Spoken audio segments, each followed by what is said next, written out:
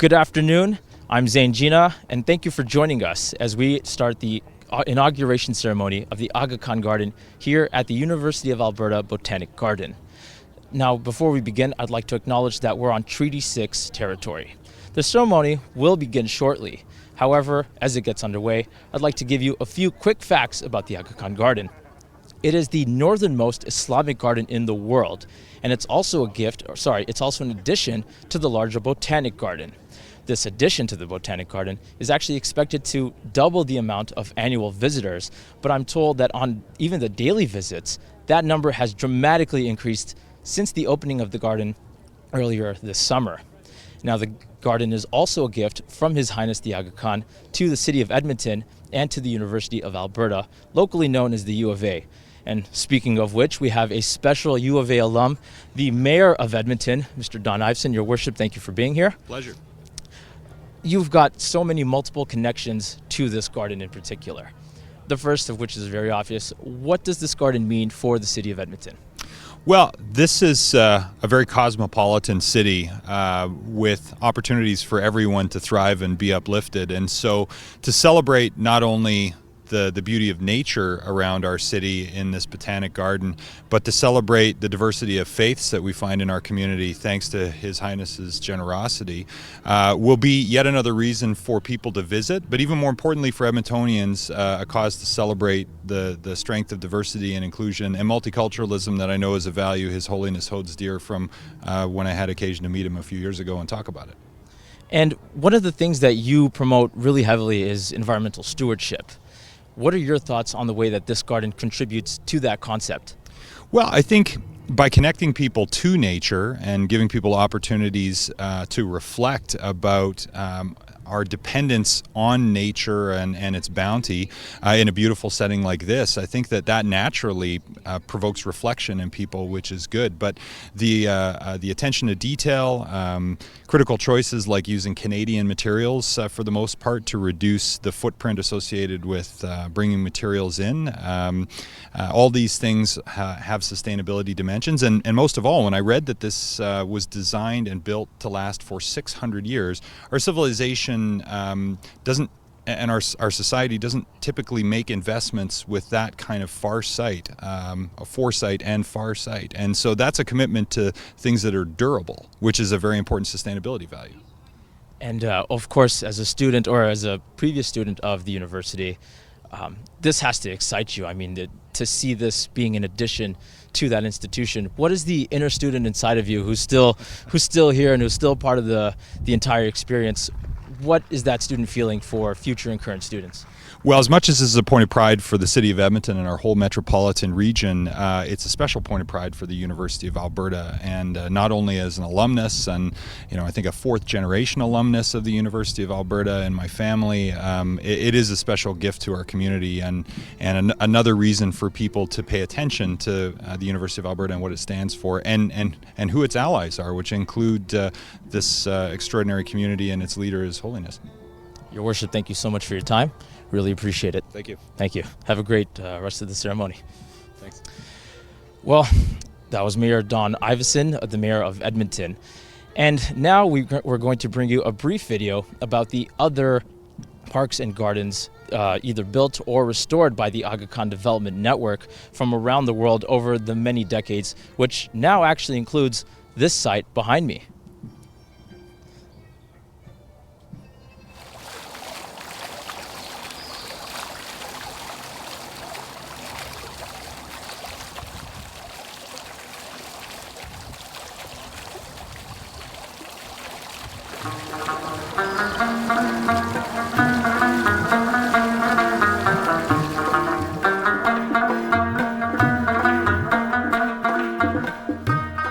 The garden has for many centuries served as a central element in Muslim culture.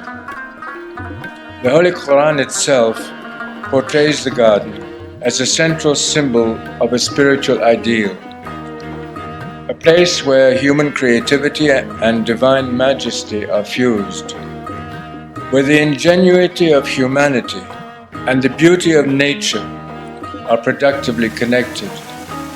Gardens are a place where the ephemeral meets the eternal, and where the eternal meets the hand of man.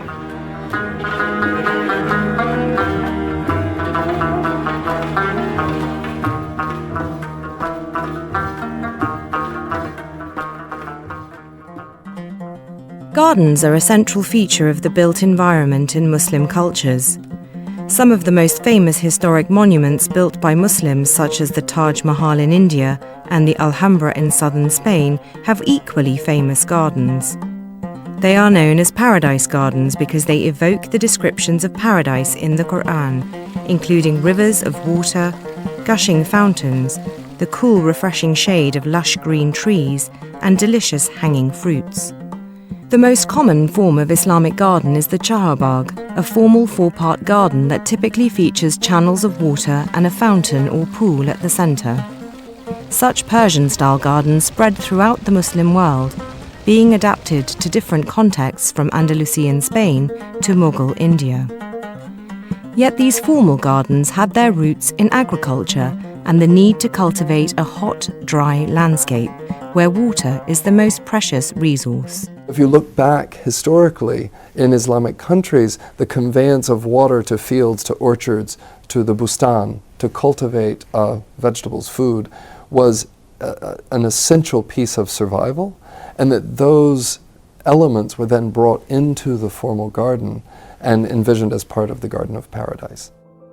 His Highness the Aga Khan is the 49th hereditary Imam or spiritual leader of the Shia Ismaili Muslims and chairman of the Aga Khan Development Network or AKDN.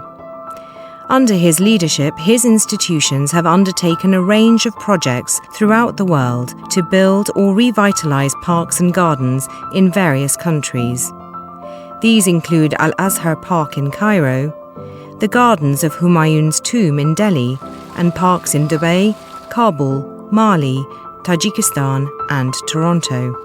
Additionally, the Ismaili centres and many other Ismaili spaces of gathering also feature courtyard gardens with fountains, trees, and flowers. During the Aga Khan's Diamond Jubilee, marking 60 years of his leadership, 3 garden projects are being inaugurated on 3 different continents. These are the Sundar Nursery in Delhi, India, the Aga Khan Garden in Edmonton, Canada, and the Islamic Gardens at King's Cross, London, which feature various gardens, courtyards and terraces within the Aga Khan Centre, Victoria Hall student accommodation, and in the public realm. Thomas Waltz is the principal landscape architect with the firm Nelson Bird Waltz, who designed the Aga Khan Garden in Edmonton, as well as the Garden of Light, one of the gardens at the Aga Khan Centre, London. Nelson Bird Waltz are also designing a park for AKDN in Vancouver, Canada. Each of them shares a step into the 21st century in the legacy of the Islamic garden. However, the character of a courtyard on the 9th floor in London is very different from the University of Alberta Botanic Garden in Edmonton. So what we've done is take the conceptual framework of the Islamic garden and shown how extremely adaptable it is to climate and to the specificities of place. But what is the significance of these park and garden projects? Why invest so heavily into building and rehabilitating parks and gardens around the world? Islamic gardens serve as a space of spiritual contemplation and communal gathering, offering opportunities for quiet reflection and for remembering the gifts of the divine. They also bring families and communities together for relaxation, cultural events and for sport. For example, after decades of war, Bagh Babur in Kabul provided citizens with a green space to gather and relax and sees hundreds of thousands of visitors each year. These parks are also a catalyst of social relationships between the different communities that live in the environment of those parks, where all these people can get together with their own families in an environment that is conducive to establish contact with your neighbor.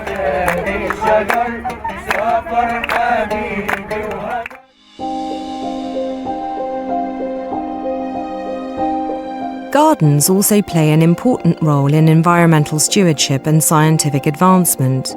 They are meant not only to be places of pleasure, but also of productivity. This includes the conservation and careful use of water in agricultural contexts, and botanical research and innovation in royal gardens. Being a wetland, scarcity of water is not a problem at the Aga Khan Garden in Edmonton.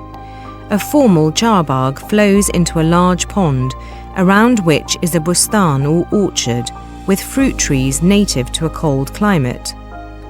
In the province of Alberta, one pressing conservation issue is the impact of oil sands mining on wetland infrastructure. The garden responds to this by including diverse native plants in such abundance that the seed can be gathered to provide stock for planting new wetlands. This is in keeping with the model of Islamic gardens engaging actively to benefit its own environment. Our hope, because this is a fundamental understanding of Islam, that mankind is here to be a steward of the creation of God, that people coming to this garden will be inspired to bring this message of stewardship into their own lives. Parks and gardens can also play an educational role. They can teach about the importance of caring for the environment, while those in Europe and North America also seek to educate non-Muslims about the diversity and rich history of the Muslim world, and to correct misperceptions of Islam. The diverse Islamic gardens at King's Cross reflect an educational mandate to bridge cultural divides. Similarly, the Aga Khan Garden in Edmonton also aims to educate about Muslim culture and design. The notion of the Paradise Garden is not well known in the West. The construction of one of these gardens in Edmonton has to be seen in the context of a global strategy that His Highness the Aga Khan has developed to facilitate a better understanding of Muslim societies and cultures from the Western world and their citizens.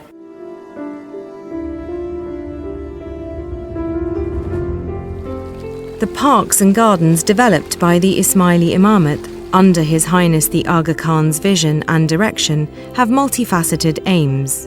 They are spiritual and communal spaces, they contribute positively to the environment, and they educate about the diversity and richness of Muslim cultures. That video you just watched just explains the history and significance of Islamic gardens. Now, as I mentioned earlier, the garden is a gift to the U of A, but it's not just that. It also symbolizes the friendship between the U of A and the Aga Khan University. Now, I actually got a chance earlier today to catch up with the president of the university, President David Turpin of the U of A, on the blossoming relationship of that friendship. Here's what he had to say.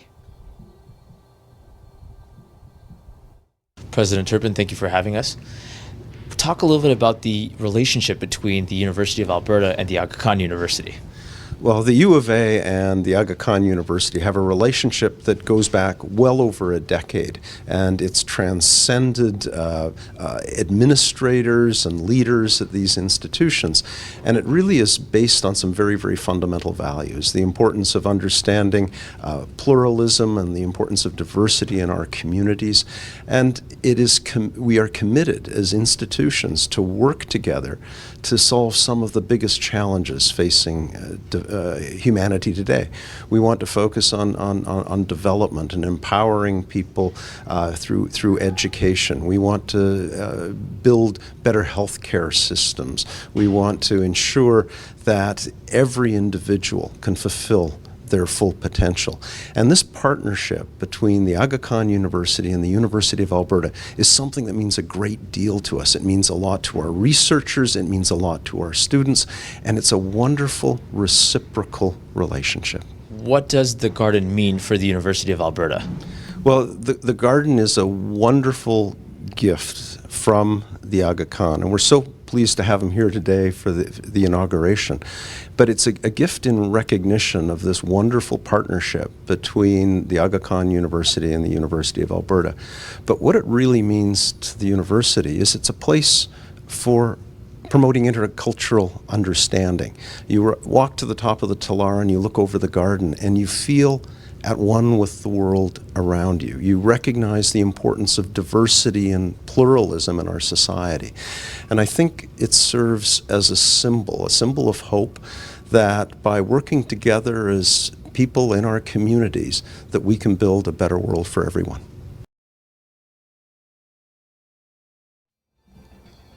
Welcome back to the inauguration ceremony of the Aga Khan Garden here at the University of Alberta Botanic Garden. As you can see, there are some beautiful flowers laid out to go and complement the rest of the garden and the landscape. That's actually something that Senior Associate Breck Gatzinger of the landscape architecture firm Nelson Bird Waltz told me His Highness had personally requested to make the garden beautiful all year round. And it's a challenge that the firm strived to meet. Here's Breck with how the firm had to do that. The climate in northern Alberta is very unpredictable. Last week it was snowing. Today, as you can see, it's a little bit more mild of actually feeling like fall. What were some of those considerations you had to take in when designing the garden? It was a great challenge, but luckily we were in the best place for all of the research that could tell us what really can survive here in this climate. So the University of Alberta Botanic Garden was an invaluable asset to that work and that research. One of the charges from His Highness was to create a garden that was beautiful in all seasons. And so we really took that on, and we're excited to see it in fall and in the transition of the seasons and in the winter and in the early spring and of course the spring and summer as well. What are the other small details that actually help it to not just survive in winter, but to make it beautiful in a different way in winter? Interestingly, we discovered that one detail from historic Islamic landscapes were the sunken beds, which were used to help irrigate the garden and also to create a tapestry effect with the flowers in the beds, was also in this ecology a way of actually protecting plants. And so the sunken garden in this case is not only a place where snow can go, but it actually is a little bit protected condition and microclimate for those plants that will actually hopefully help sustain them. What was the inspiration of the design of the garden? One of the really fascinating elements of the Islamic landscape is that though structured by rigid geometry, it is quite flexible and adaptive to particular situations. So here we thought about some of those primary geometries, but found the ways to fit them to the site and allow the site to be seen in a new way.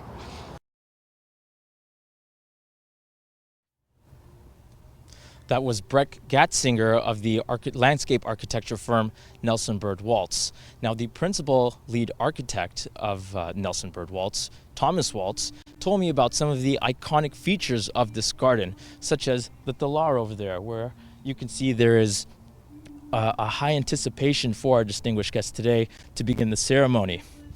And Thomas Waltz actually told me about that piece and a little bit more on why it was planted here in the garden.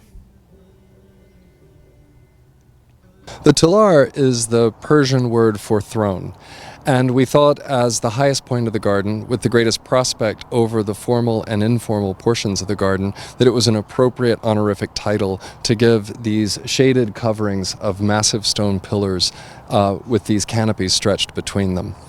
The inspiration for this idea really struck us while visiting Fatehpur Sikri in India. His Highness had suggested that we go visit a number of historic Islamic gardens to help us really build the vocabulary for authenticity of the interpretation in the 21st century of an Islamic garden. At Fatehpur Sikri, the great Akbar had built this entire city, and it was the first permanent city of what had been theretofore a nomadic community. So the detailing in that architecture was often ropes, and you could, but it was carved in stone, so you could feel the heritage of that movement. And so we thought in the 21st century to have something as eternal as these massive stone piers that would anchor this highest point of the garden, and then stretch between them this thin canvas and this when the sun passes through this orangey red, it just illuminates the ground in a really warm way. So it was meant to really be a contemporary reinterpretation of a very ancient tradition, which in a way is the theme of the entire garden.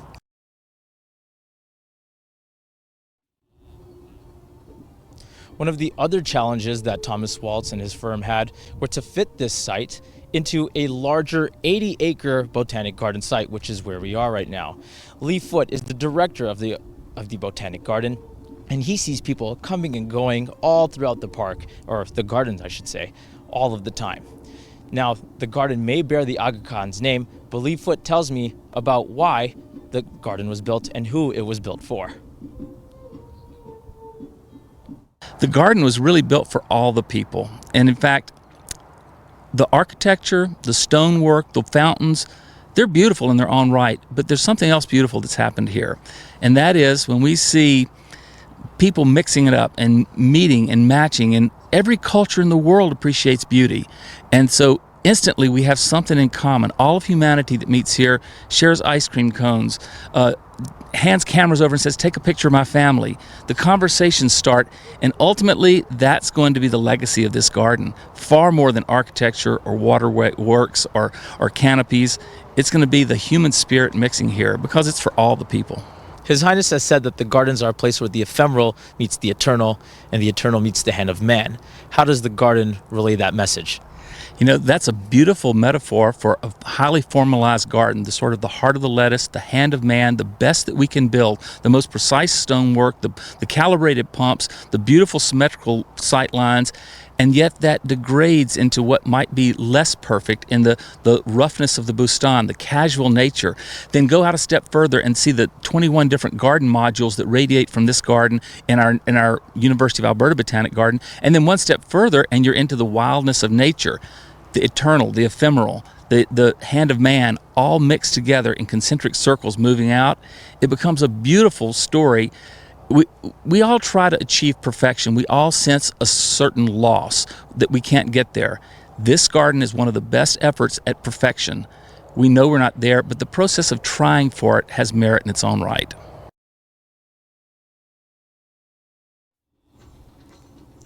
That was Lee Foote, the director of the Botanic Garden. And just to emphasize something about what Lee said, he says the legacy of the garden goes beyond the architecture and is actually about the human spirit mixing.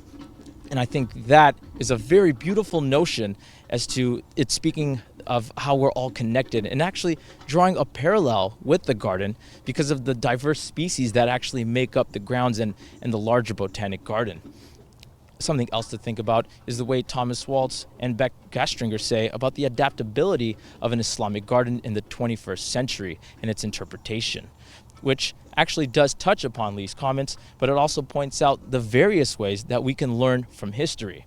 The garden draws an inspiration from the ancient world, as you heard Thomas talk about having to go and visit a site in India or having to visit other sites, and even in the video that we saw earlier about the other sites around the world which helped inspire the design and functionality of this garden. But it just goes to show the ways in which the world changes and why we're all here today. Another thing that Thomas Waltz pointed out to me was what he calls elements of whimsy and delight. Little stone animals, and I'm not sure if you can see them. Well, you won't be able to right now, but there are actually little frogs and salamanders and fish even in the ponds right now. And those add an element of a little bit of magic in some sense, because what they do, and actually those animals I should mention, are the specific types of creatures that you would find in this part of the world and in this climate. But they are an educational tool that was emphasized by the Aga Khan. So if you do visit the park, it'll be kind of like a nice little scavenger hunt for you when you come here, just to kind of pick out these elements and see what the garden really is all about. And now we're going to throw you to a time-lapse video of the construction of the garden from when the ground was first dug up to where we are today.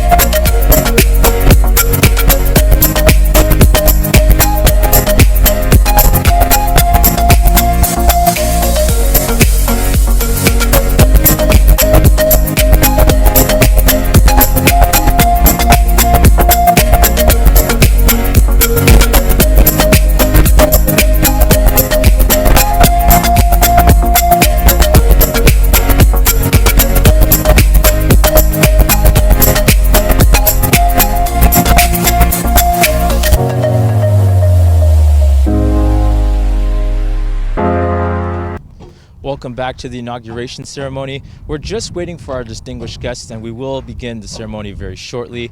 In the meantime, guests who have arrived are actually enjoying some music. I'm not sure if you could hear it, but let's go and have a listen.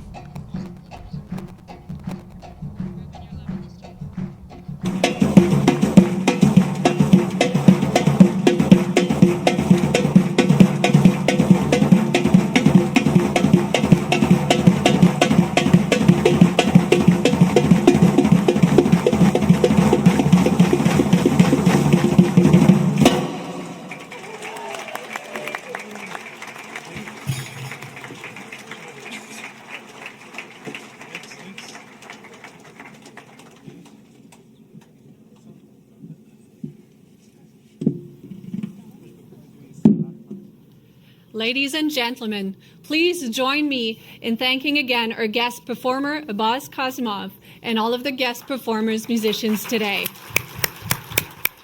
Welcome back to the inauguration of the Aga Khan Garden here at the University of Alberta Botanic Garden. Our distinguished guests have actually arrived now, and as you can see, local media have had their photo op moment and are now making their way into the ceremonial tent. As you can see, the distinguished guests we have with us today are His Highness the Aga Khan, the Lieutenant Governor of Alberta, Lois Mitchell. We've also got the Premier of Alberta, Rachel Notley, the Lieutenant Governor's husband, His Honor, Douglas Mitchell, and I believe that is also His Highness's son, Prince Ali Mohammed. And so right now they're actually, as they take their strides down the steps, they're looking at the details and the aspects of the garden, and I was told that this is the Aga Khan's first time visiting the completed site, which I'm sure no doubt he's excited. And as you can see, they're walking and everyone's giving him a little bit of tidbit of information. That's Thomas Waltz over there. I don't know if you can see him, but you should be able to. Well, who better to give a tour than the principal architect of the firm that actually designed the place? And as you can see, the entourage, they're excited. You can very visibly see that from where I'm standing, and I hope that you will be able to see that as they make their way into the tent.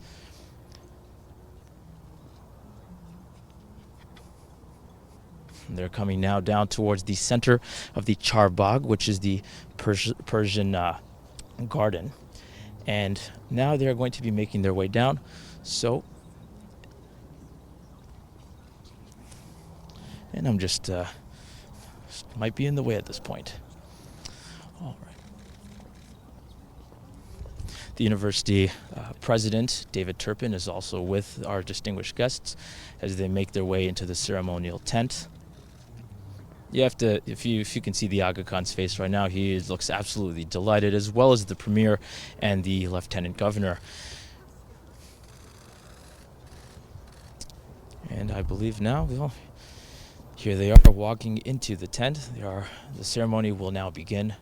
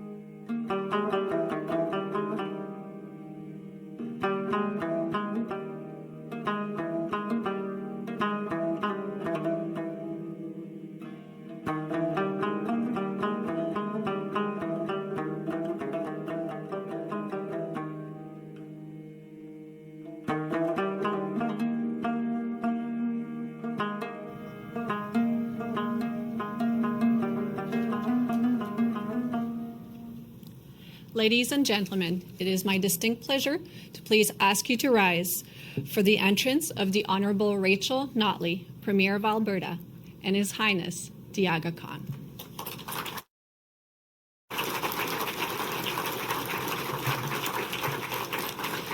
please remain standing for the entrance of Her Honor, the Honorable Lois Mitchell, Lieutenant Governor of Alberta, and His Honor, Honorary Colonel Doug Mitchell, and Prince Ali Aga Khan, accompanied by President and Vice Chancellor David Turpin.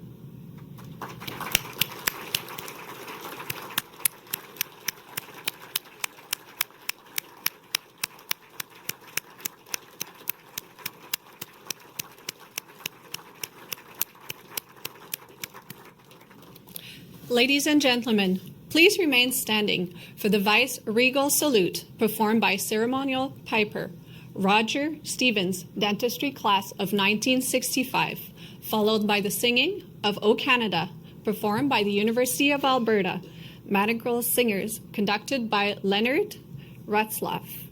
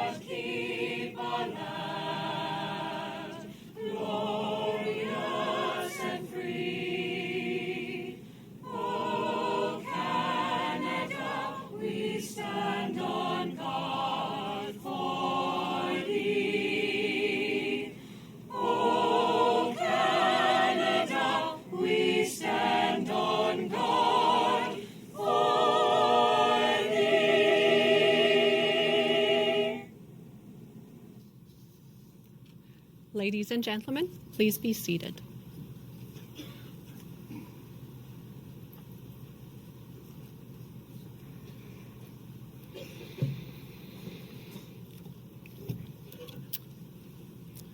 Well, thank you all for coming to the inauguration of the Aga Khan Garden. I am your host, David Turpin, President and Vice Chancellor of the University of Alberta, and I am absolutely thrilled to be part of the official inauguration of this very special place. I want to start by acknowledging with respect that we stand on Treaty 6 territory and that the history, languages, and cultures of First Nations, Métis, Inuit, and all First Peoples of Canada continue to enrich our vibrant communities. I would like to welcome our esteemed dignitaries today. Her Honor, the Honourable Lois Mitchell, Lieutenant Governor of Alberta, the Honourable Rachel Notley, Premier of Alberta, and His Highness the Aga Khan.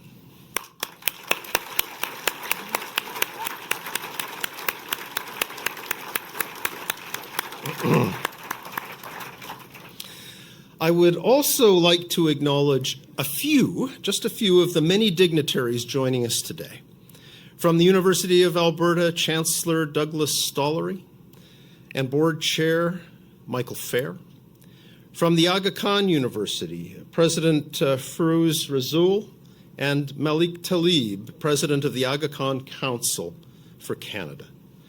We are also joined by our chancellors and board chairs emeritus, ministers from the Government of Alberta, the mayors of Devon, Spruce Grove, and Edmonton, as well as other dignitaries, and of course, all of you, our friends, alumni, and supporters. Thank you all for being here today.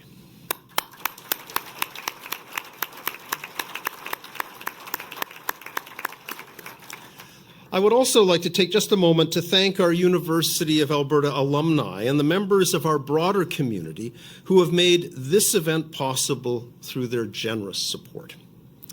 This spectacular garden is intended to foster greater understanding between people of different cultures. It is aptly placed here among other culturally significant gardens, including the Indigenous Garden, the first Native Peoples Garden at a botanic garden in Canada, and the Kuramoto Japanese Garden, named after the first Japanese national to graduate from the University of Alberta. This day has been more than 10 years in the making. It is the outcome of a very special relationship between the University of Alberta and the Aga Khan University that was formalized through a memorandum of understanding signed in 2006 and renewed again in 2009 and again in 2017. The deep-rooted partnership between these two universities is marked by a longevity and sustainability that has transcended time and leadership transitions on both sides. Together, we have collaborated in numerous teaching, learning, and training initiatives in undergraduate programs, postgraduate studies, and internships in a wide variety of fields around the world. Together, we have created knowledge networks that foster innovation through discussion, interaction, and an emphasis on finding solutions to some of the most challenging problems facing communities everywhere in the world today. Our partnership has transformed lives and communities through improvements and capacity building in areas such as cardiology, nursing education and research, women's health and empowerment, copyright law, teacher education, and dental hygiene. We have fostered cultural understanding with collaborations in Islamic music, art, architecture, and literature. In 2009, in recognition of this collaboration, and for his work to advance global humanitarianism, pluralism, and social justice, the University of Alberta conferred an honorary degree on His Highness, the Aga Khan. In his speech to graduates, His Highness announced that he was giving the university a garden to mark the University of Alberta's 100th anniversary and his own Golden Jubilee, and to celebrate our growing partnership. Not just any garden, but a garden that would foster cultural understanding, academic research and teaching, and provide economic benefit and facilitate social interactions. A garden that would be one of just 11 other gardens of its type around the world. A place that would be a special symbol of our shared values and beliefs, most especially of the value of education and its ability to uplift society and to bring people together towards shared understanding. His Highness said he hoped this garden would be a space of, and I quote, educational and aesthetic value, a setting for learning more about Muslim culture and design, as well as a place for public reflection. It was to be a contemporary interpretation of Islamic landscape architecture integrated into its northern location. Indeed, the northernmost Islamic garden in the world. It bridges cultures distances, and time. This summer, we opened the Aga Khan Garden to the public for the first time, and it has had an immediate impact. It has become a must-see destination for people to visit and to enjoy its beauty. Everyone who experiences the garden feels the effect of this magnificent transformative space. Our hard-working botanic garden staff have witnessed the garden come into being over the past year. The volunteer docents have learned about the culture, history, and traditions of the great civilizations that built gardens like this in the past. Everyone who visits the garden is struck by its precision and forethought, the intricacy of the features, the specificity of the plants. They marvel at the way the garden so delicately blends architecture inspired by Mughal tradition with shrubs, trees, perennials, annuals, and wetland plants that were selected to suit and reflect Alberta's climate. The experience of the garden, not only its beauty and its serenity, but its cultural gravity, the way it brings together our shared meanings, pleasures, and identities, cannot be underestimated. This garden is a fitting and beautiful representation of the collaboration between the University of Alberta and the Aga Khan University, and our shared commitment to education, research, and cultural understanding. I want to thank His Highness the Aga Khan for honoring us with this tremendous garden, which is only one of 2 in North America. It will be a space for reflection, education, and leisure for generations to come. Your Highness, thank you.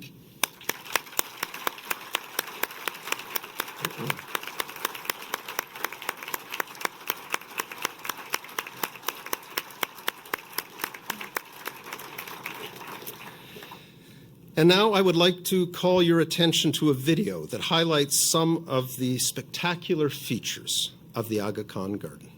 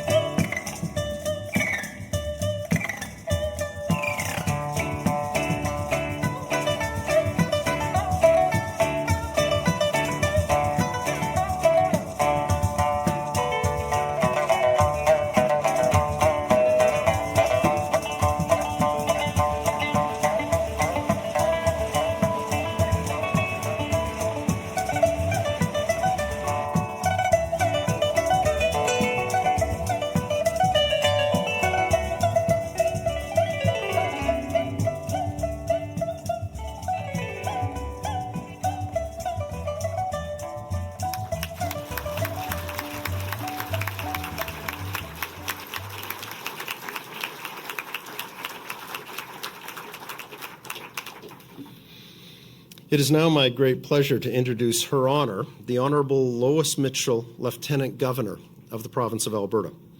Her Honor is an accomplished businesswoman, entrepreneur, and community volunteer. In her career, she has created businesses and firms in areas such as sport merchandising and marketing, corporate training, and business development. Throughout her life, she has maintained a firm commitment to community service and volunteerism, which often overlap with her passion for team sports. Her Honor served as the director of the Hockey Canada Foundation, ambassador and governor of the Canadian Women's Hockey League, co-chair of the Gold Medal Plates Dinner in support of aspiring Olympians, and chair of the inaugural World Women's Under-18 Hockey Championships. Her Honor is Chancellor of the Alberta Order of Excellence, and in 2016 it was our privilege to award her an honorary Doctor of Laws. Ladies and gentlemen, please join me in welcoming the 18th Lieutenant Governor of Alberta, Her Honor, the Honourable Lois Mitchell.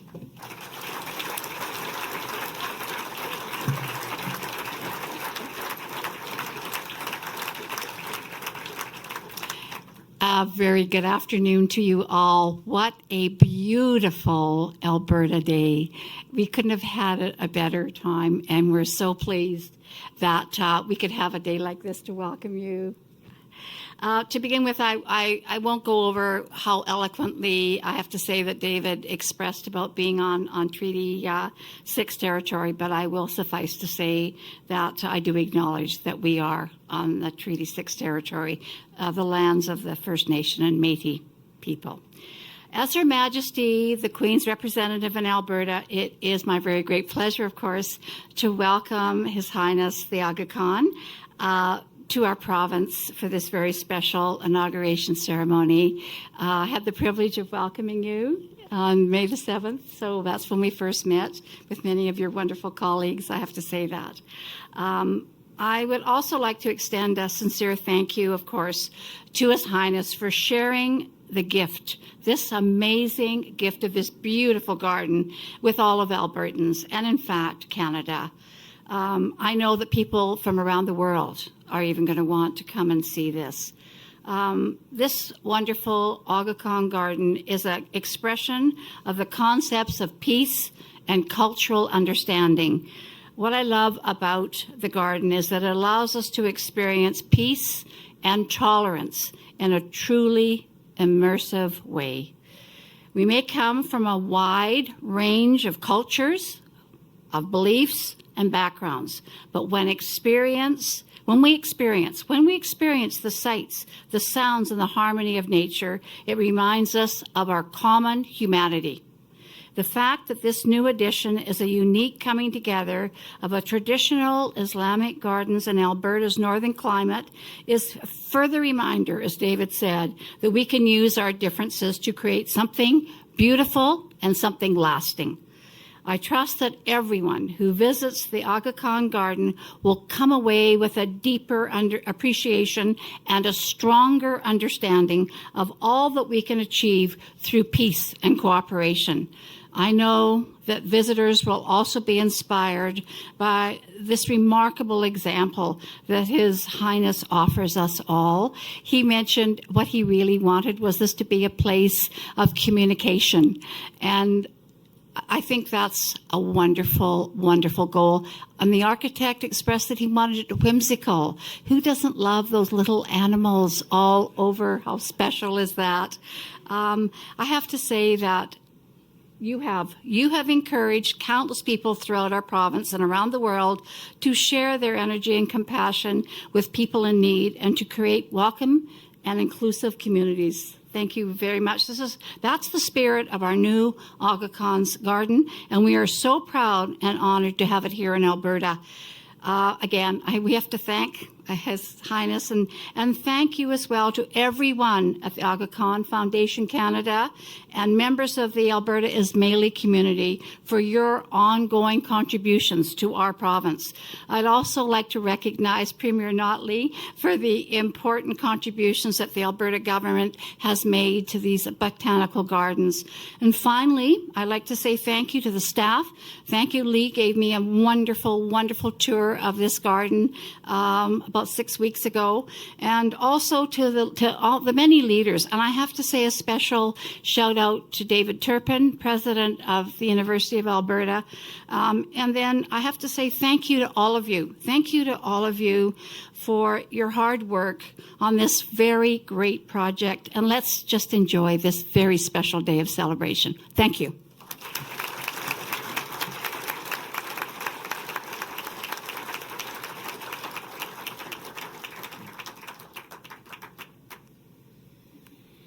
Well, thank you, Your Honor. It is now my great pleasure to introduce the Honourable Rachel Notley, Premier of Alberta. A University of Alberta alumna, Rachel Notley received her Bachelor of Arts in Political Science before going on to get a law degree at Osgoode Hall Law School. Before entering politics, she worked in both Alberta and British Columbia and served as a ministerial advisor to British Columbia's Attorney General in the 1990s. Her work during her legal career focused on labor law, workers' compensation advocacy, and workplace health and safety. She was first elected to the provincial legislature in March 2008 as an MLA for Edmonton Strathcona. She was re-elected in 2012 and became Premier in May 2015. Ladies and gentlemen, please join me in welcoming the Honourable Rachel Notley.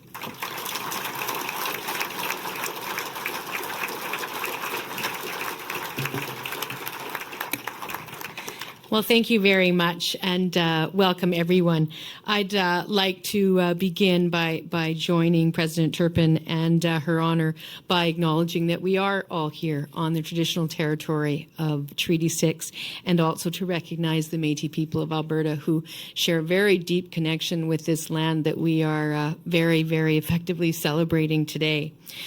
It is a great honour to welcome you, Your Highness, back to Alberta. It's wonderful to see you again, and it's a pleasure to be here with so many other distinguished guests, including their honors, President Turpin, and our many distinguished guests in the audience today, as we celebrate this exceptionally generous gift. Years of hard, thoughtful work have produced extraordinary results. And as this garden matures, it will become more beautiful with every passing year, if you can imagine that, because it's already rather stunning and jaw-dropping, really. You can say the same thing, quite frankly, about this region and our province. There's a trend at work. The capital region is steadily becoming an even better place for people to work, to live and play, bringing new jobs, businesses, and family attractions.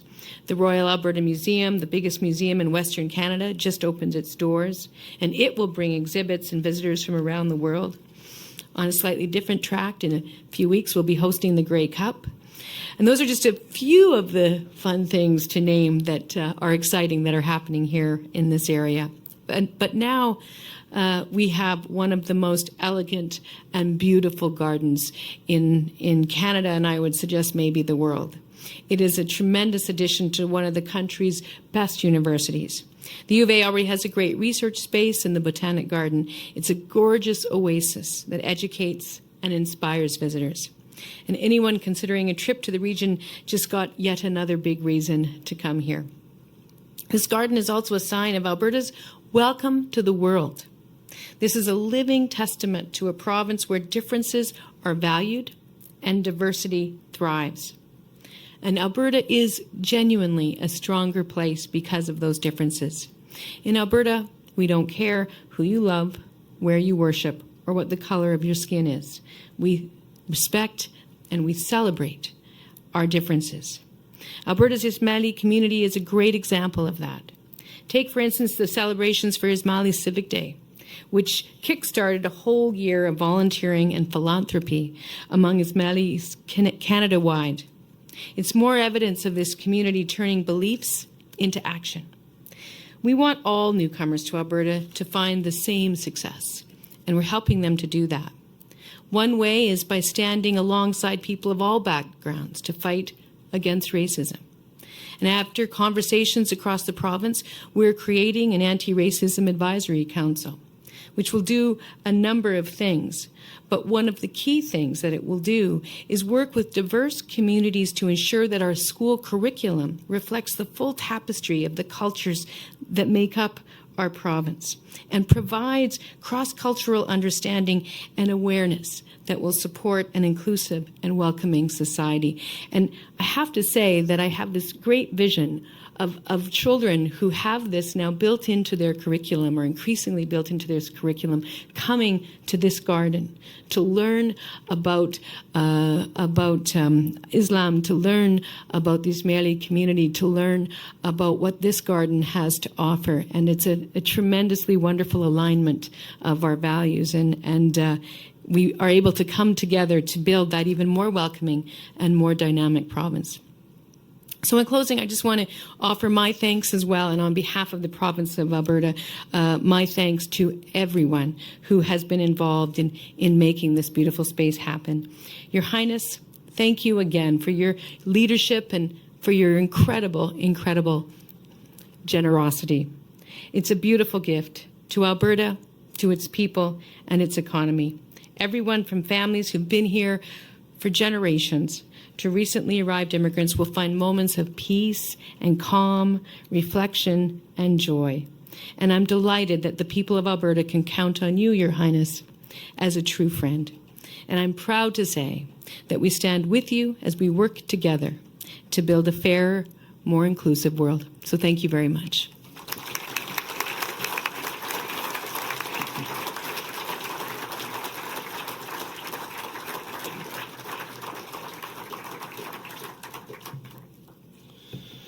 Well, thank you, Premier Notley.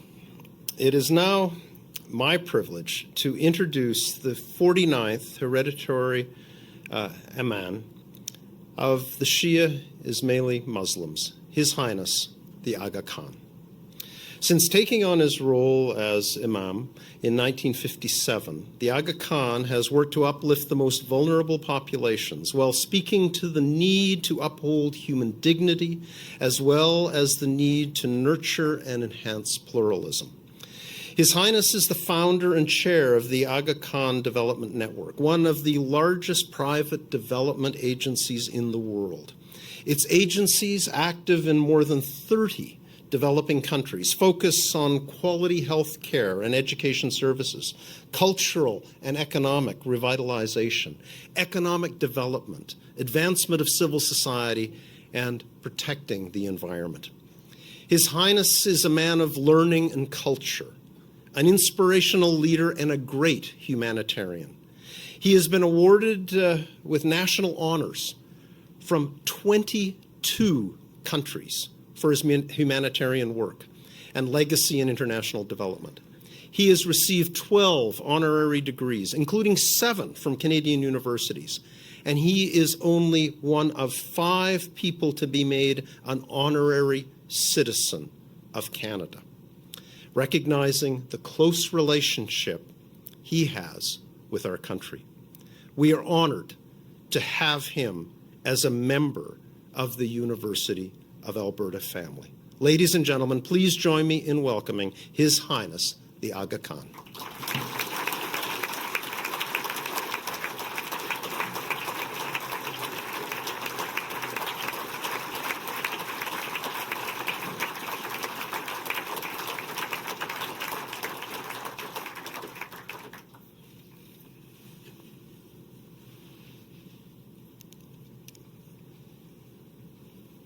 Bismillahirrahmanirrahim.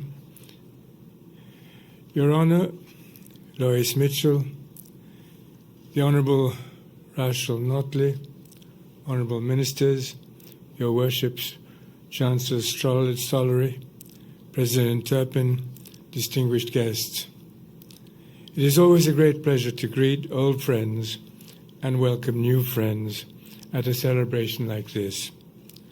But today's inauguration stands out for me as particularly joyous.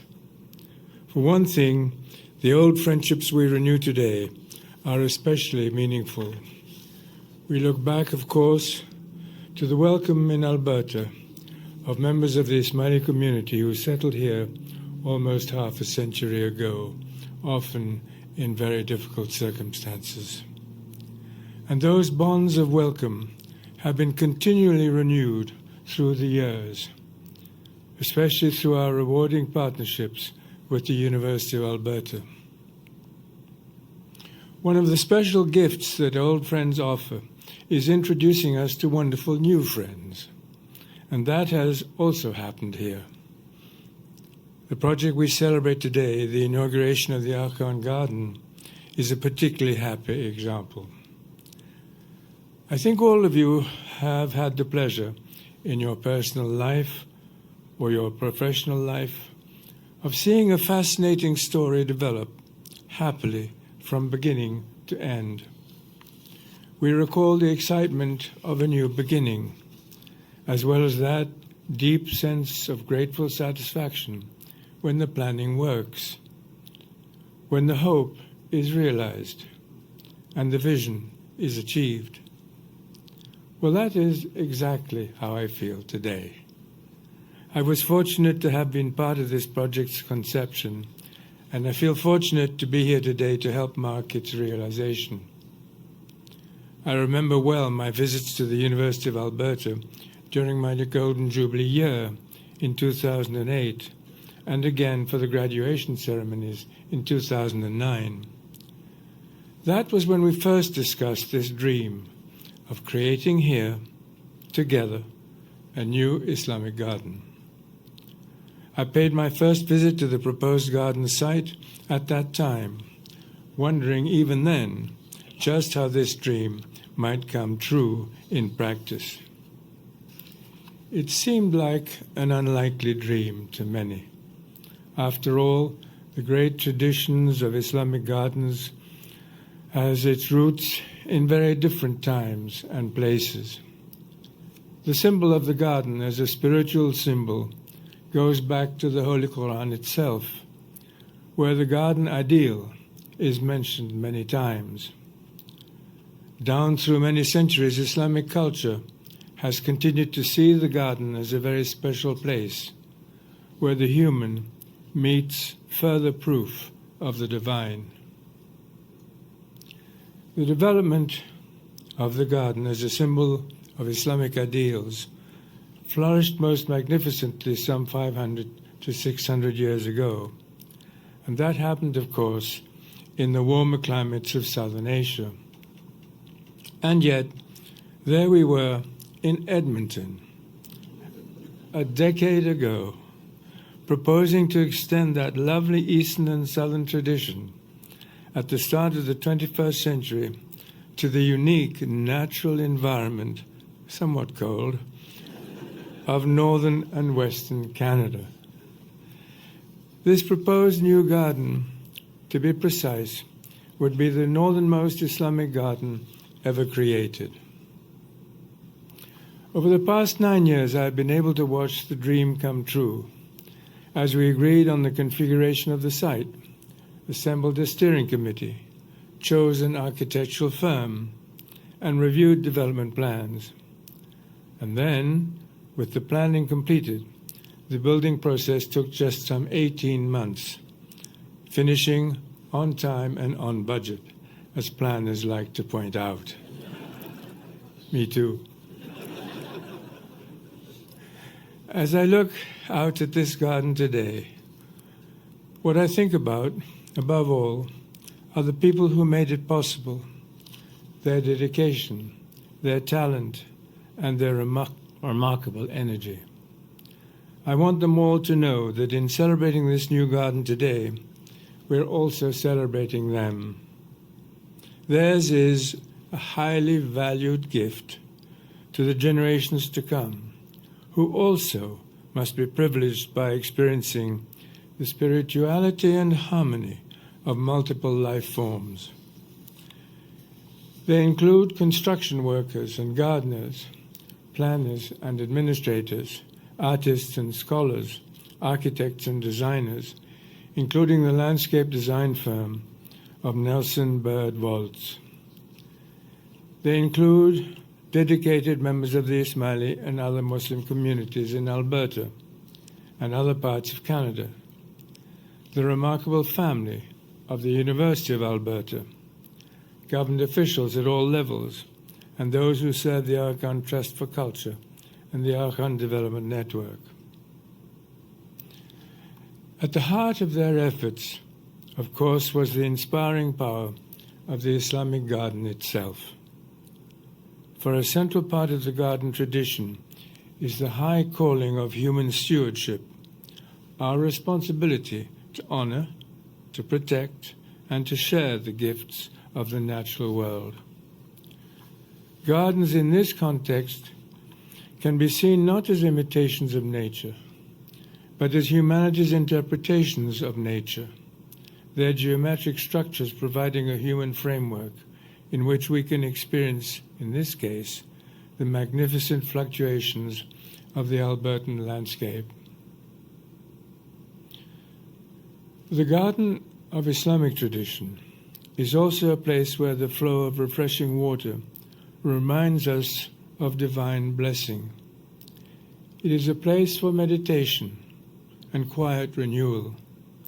But I would likewise emphasize that the garden through history has also been seen as a social space, a place for learning, for sharing, for romance, for diplomacy, for reflection on the destiny of the human race. And even as we share the garden experience with others, we can feel a connection with those who walked through similar gardens in the past. I would also mention one additional aspect of the particular garden we inaugurate today. It symbolizes not only the creative blending of the natural and the human, but also the beauty of multiple intercultural cooperation. One of the great questions facing humanity today is how we can honor what is distinctive about our separate identities and, at the same time, welcome a diversity of identities as positive elements in our lives. This city and this country have been among the world leaders in providing positive answers to that ancient question. The project we inaugurate today is a beautiful extension of that Canadian tradition. In Canada and in many other places, the Aga Khan Trust for Culture has made a major commitment to creating and renewing important green spaces in recent years. We can look back on 10 recent successes in places ranging from Cairo to Zanzibar, from Toronto to Kabul, from Dushanbe in Tajikistan to Bamako in Mali. In 2018 alone, I helped to inaugurate 3 such garden projects in London, in Delhi, and now here in Alberta. But the story does not end here. In fact, the story of Canadian Islamic Gardens itself is not yet completed. Our plans are now advancing, in fact, for a new park to be developed a few hundred miles southwest of here in Burnaby, British Columbia. Yes, to be sure, it will surpass Edmonton as the westernmost Islamic garden.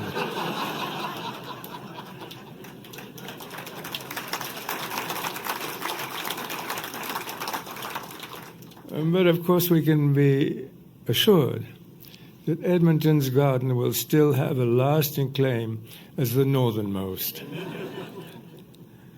I've talked about the past today, but I would close by emphasizing the future.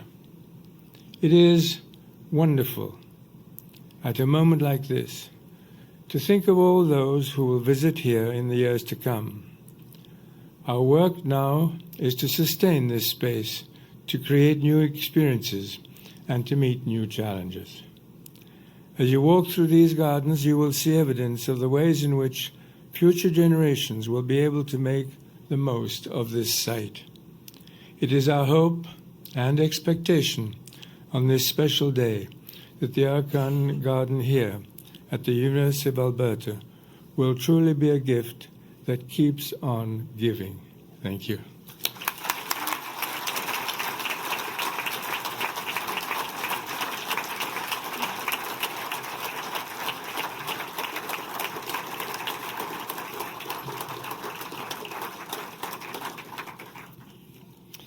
Well, thank you, Your Highness, for your words and for your tremendous generosity and support for the University of Alberta and the people of Alberta.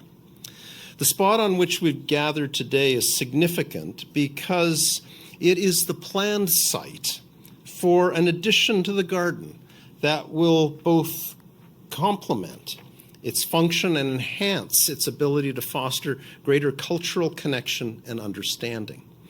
We are at the future location of the Divan, a pavilion that will provide a much-needed interior space for the University of Alberta Botanic Garden.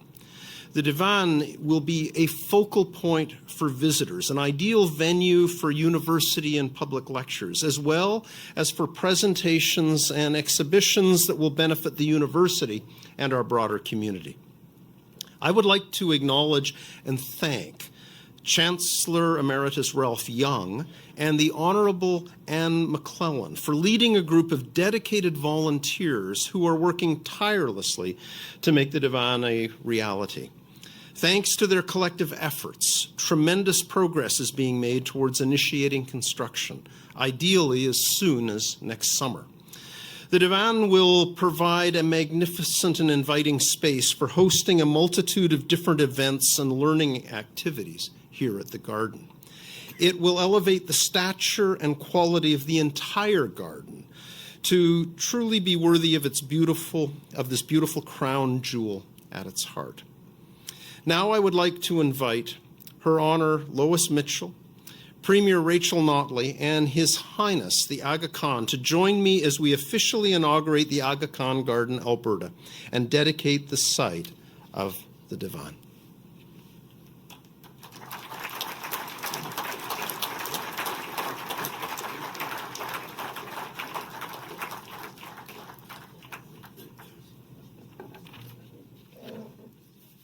I would like to invite the media to the front of the stage for the unveiling of the plaques.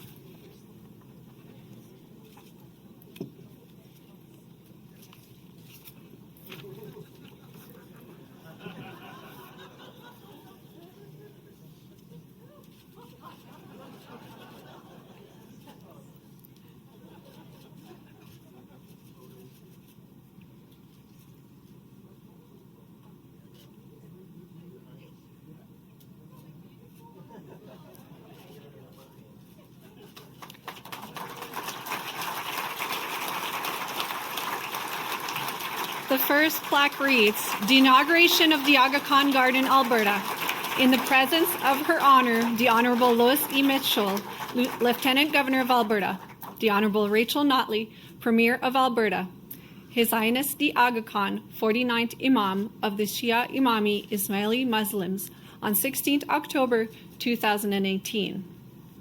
The second plaque reads, "The site dedication of the Divan at the Aga Khan Garden, Alberta, in the presence of Her Honor, the Honorable Lois E. Mitchell, Lieutenant Governor of Alberta, the Honorable Rachel Notley, Premier of Alberta, His Highness the Aga Khan, 49th Imam of the Shia Imami Ismaili Muslims, on 16th October 2018.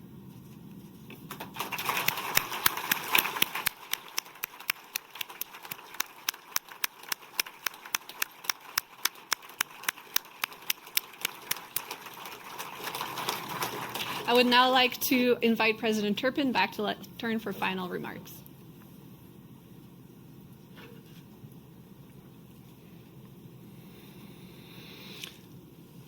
Well, this concludes our ceremony today. I would like to thank the Lieutenant Governor, the Honorable Lois Mitchell, the Honorable, the Premier, Rachel Notley, and all the other special guests joining us here today. Your Highness, this garden you have so generously given is an incredible contribution to our university and the broader community. It is a symbol of our shared commitment to cultural understanding, respect, and inclusivity. We are proud to count you as a member of the University of Alberta family and proud to be the home of this incredible garden. I want to thank you for all that you have done, for your commitment to solving the challenges of the developing world, for your advocacy for education as a means of bettering the lives of both individuals and society, and for your role as a champion of pluralism, for believing and showing that we are better when we accept and embrace human difference. In a world threatened by divisiveness and isolation, you are an example of inclusion, generosity, peace, and optimism for all of us to follow. You are proof that we can build a better future through understanding and cooperation. Thank you.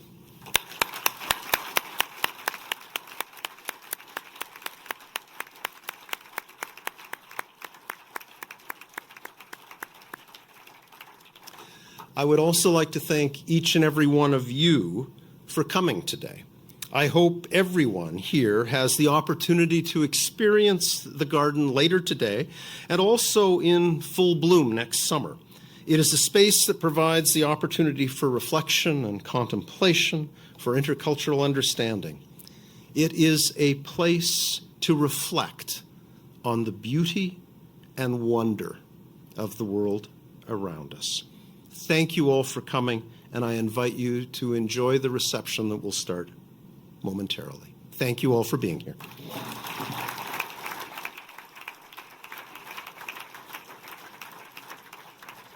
Ladies and gentlemen, please rise for the departure of the Vice-Regal Party. And please remain standing after the exit for further information.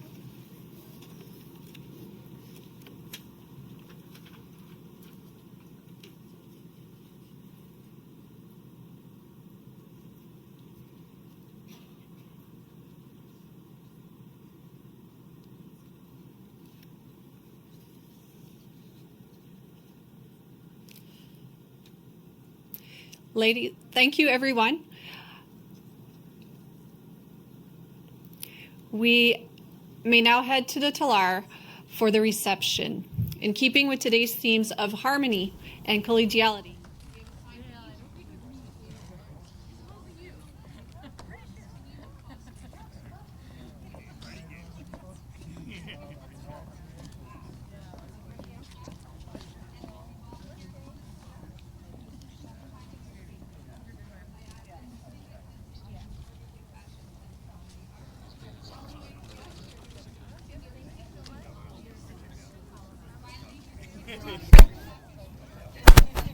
with books, commemorate this auspicious celebration.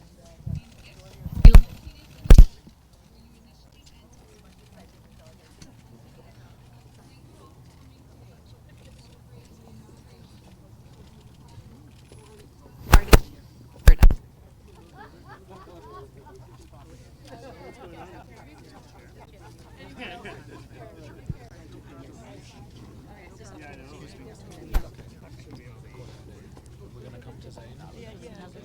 Yes.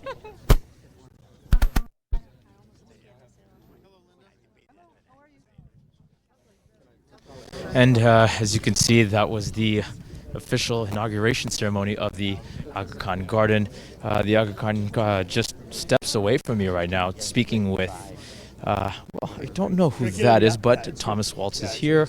The Premier is, well, I think she just left. Lieutenant Governor and his honor, Douglas Mitchell, are here. As you can see, everyone is coming out right now. They're eager, they're anxious, they're excited to see the Aga Khan and to get a glimpse of him, and then as well as our other distinguished guests. And now they're actually making their way up towards the center of the Charbagh, and I believe they're going to be going up to the Talar for a reception. But what an incredible sight this is, and well, it's going to get a little bit crowded at this point because now people are starting to come out. There are well over, I would say 250 guests, so this is going to take a little bit of time, and you can see, yeah, everyone's just enjoying the day. And you know what? It's a beautiful day to actually come out to, because as we heard the Lieutenant Governor say, you know, what a beautiful day to welcome all of our distinguished guests. It's actually been such an incredible day. I was here over the last couple of days. It was a little cloudy, a little bit cooler. Today feels a lot more spring-like than it does fall. So that's something to keep in mind as to just the energy that this day has brought for us. And well, there's a bit of a hold-up here. I believe all the distinguished guests are going that way, and there are some over here as well. Well, there's a bit of a mix-up. A lot of people just really enjoying the energy and the grandeur of it all. And you can see, you know, we've got all of our guests are out here. Wow, this is going to be incredibly packed. I'm going to be standing here for a while, ladies and gentlemen. That's pretty much it. This is going to be my spot for a while. Hello. Not really sure if you knew that was live television. Oh man. And well, the tent is almost empty, as you can see. It is. People are still starting to come out. I think the front rows of chairs have finally started to make their moves. And I'm looking, and you can actually see it too, if you want to do any. If you want to see what's going on right now. Some of the touch points that we talked about today that we actually heard, and I wrote this down. We had David Turpin, the president of the University of Alberta. He talked about this being a friendship between the two universities that has improved lives in various fields, and that the garden actually bridges cultures, distances, and time. We had the Lieutenant Governor, who said this is a place of communication. The Premier, Rachel Notley, saying this garden adds to, and she touched upon this, adding to the number of attractions and tourist sites in the province, as well as the province respecting cultures and differences and celebrating those differences as well. Finally, it brings us to His Highness, who has, you know, said that the garden, you know, it's an interesting fact about this, that this garden, this type of garden, you would have seen centuries ago in east and southern parts of the world, and now it's being brought to north and western parts of the world, here in Canada, in fact, and centuries later. So it just goes again to speak with what our architects have said about the adaptability in the 21st century and that interpretation. He also touched upon the stewardship, and that it is our responsibility to help take care of our environment, and that this garden is an extension of Canadian traditions, not hockey and Tim Hortons, but the traditions of celebrating and respecting multiculturalism, pluralism, and diversity. The Aga Khan also said that this was a gift for future generations, and it is the gift that keeps on giving. And I think that speaks true to any garden. And if you ever have the chance to visit this place, you will definitely see that this is the gift that keeps giving. And it was built to last for longer than just 100 years. It was built to last for generations to come, for the grandkids of our grandkids. And the Aga Khan, just to close off, he said that the Canadian Islamic gardens will continue to develop and will continue to grow, and has announced plans for another Islamic garden in Burnaby. So he says that while this will not be the westernmost Islamic garden, it will indefinitely be the northernmost Islamic garden. And I think that I believe that brings us to the conclusion of the inauguration ceremony. Thank you so much for watching this and joining me, and as I took you to this journey. I hope you have a great rest of your day.